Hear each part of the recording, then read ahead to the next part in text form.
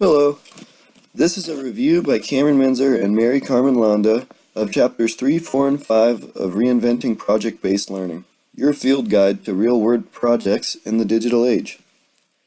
The chapters I will be reviewing are all part of section 2 in the book, which is titled Packing It Up. This refers to the thought necessary before executing your plan. The authors made a simple comparison of getting your class ready for a project to getting yourself ready for a trip. Chapter 3 is titled Imagining the Possibilities.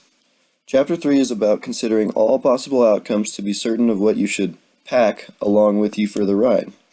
It goes into the importance of project-based learning for teaching complex core ideas and processes, since textbooks are too cookie-cutter and unimaginative. The author stated a project should cover the most fundamental core values of whatever topic is being taught. The example used was a second-grade teacher whose goal was helping second graders truly understand the meaning of the number 1000 by showing them how to add their names to a web page, and to tell their friends and family to add their names as well. They all watched eagerly as the number of names on the list grew closer to 1000. This was also one of many examples of the benefits technology can bring to a classroom. Once you find your 2 or 3 core concepts, you must think about their application in the world. Give students something they can relate this new knowledge to.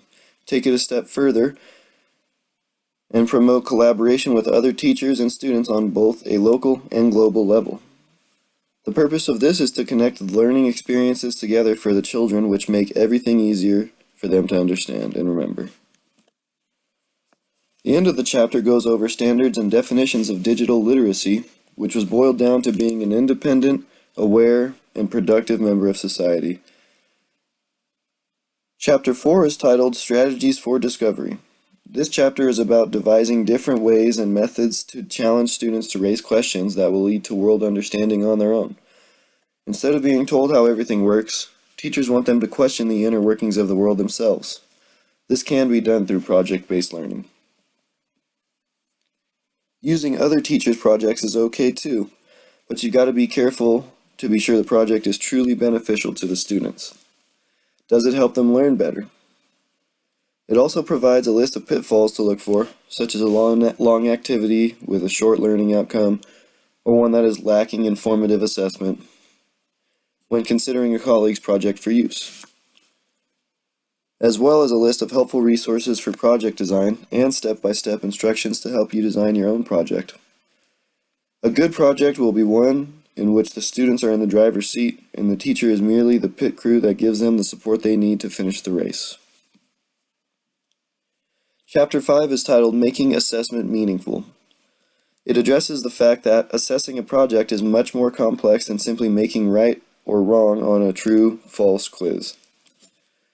It is also critical that assessments are done to keep the students learning and engaged. Putting multiple levels of assessments throughout a project makes it easier for students to stay engaged and confident in their progress. The author states on page 89 that, quote, as a project progresses, they use a variety of methods, from discussion protocols to exit slips to simple observation and conversation, in order to understand students' learning experiences and plan their response.